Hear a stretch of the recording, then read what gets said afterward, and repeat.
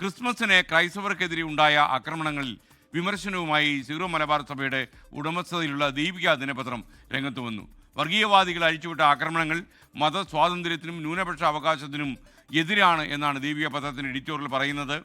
ഈ വിഷയത്തിൽ പ്രധാനമന്ത്രിയുടെ മൗനം പുതിയതല്ലെന്നും മുഖപ്രസംഗത്തിൽ വിമർശനമുണ്ട്. ടോബി ജോൺസൺ കോട്ടയത്ത് നിന്ന് ദീപികയുടെ മുഖപ്രസംഗത്തെക്കുറിച്ച് പറയാൻ നമുക്കൊപ്പം ചേരുകയാണ്.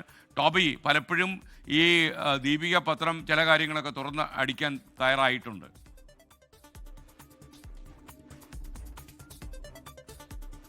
SKN തീർച്ചയായിട്ടും കഴിഞ്ഞ കുറെ നാളുകളായി ഇത്തരത്തിലുള്ള സംഭവങ്ങൾ ആവർത്തിക്കുമ്പോഴെല്ലാം തന്നെ ദീപികയാണ് ഇക്കാര്യത്തിൽ കൃത്യമായിട്ടുള്ള ഒരു വിമർശനം അല്ലെങ്കിൽ രൂക്ഷ വിമർശനവുമായി രംഗത്ത് വരുന്നത്. എന്തായാലും ഇപ്പോൾ നടന്ന സംഭവങ്ങളിലും അതേ ഭാഷയിൽ തന്നെ ദീപിക വിമർശനം ഉന്നയിക്കുന്നു എന്നാണ് നമുക്ക് ഈ ലേഖനം വായിക്കുമ്പോൾ മനസ്സിലാക്കാൻ സാധിക്കുന്നത്. ഒപ്പം തന്നെ പ്രധാനമന്ത്രിയെ വരെ ഇതിൽ വിമർശിച്ചിട്ടുണ്ട് എന്നുള്ളതാണ് എടുത്തു പറയേണ്ട ഒരു കാര്യം. ഈ കഴിഞ്ഞ ക്രിസ്മസ് ദിനങ്ങളിൽ ഉത്തരേന്ത്യയിൽ ഉണ്ടായ അക്രമ സംഭവങ്ങളാണ് ഏറ്റവും പ്രധാനമായിട്ടും ഇതിൽ എഴുതിയിരിക്കുന്നത്. അതിൽ എടുത്തു പറയേണ്ട കാര്യം ഗോൾവാർക്കറിന്റെയും മോഹൻ ഭഗവതിന്റെയും ഒക്കെ ശ്രമം ഒരു ഹിന്ദു രാഷ്ട്രം ഉണ്ടാക്കുന്നതിന് വേണ്ടിയായിരുന്നു.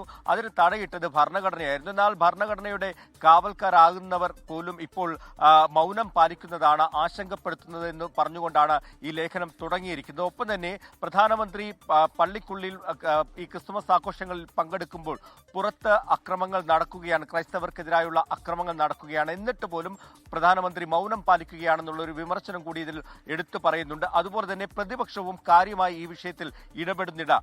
നിവേദനങ്ങൾ മാത്രം നൽകിയതുകൊണ്ട് ഒരു കാര്യവുമില്ല, നിയമങ്ങൾ കൃത്യമായി നടപ്പാക്കണം. BJP ഭരിക്കുന്ന സംസ്ഥാനങ്ങളിലാണ് ഇത്തരത്തിലുള്ള അക്രമങ്ങൾ വർദ്ധിച്ചു വരുന്നത്.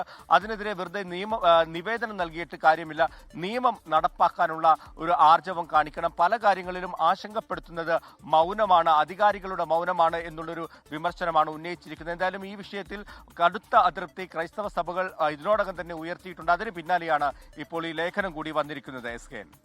ലോകത്തെവിടെയായാലും ഏത് സമയത്തും 24 വാർത്തകളും ഓഗ്മെന്റഡ് റിയാലിറ്റി പാക്കേജുകളും എക്സ്പ്ലെയിനറുകളും വിശദമായി കാണാൻ ഞങ്ങളുടെ യൂട്യൂബ് ചാനൽ നിങ്ങൾക്ക് സബ്സ്ക്രൈബ് ചെയ്യാം.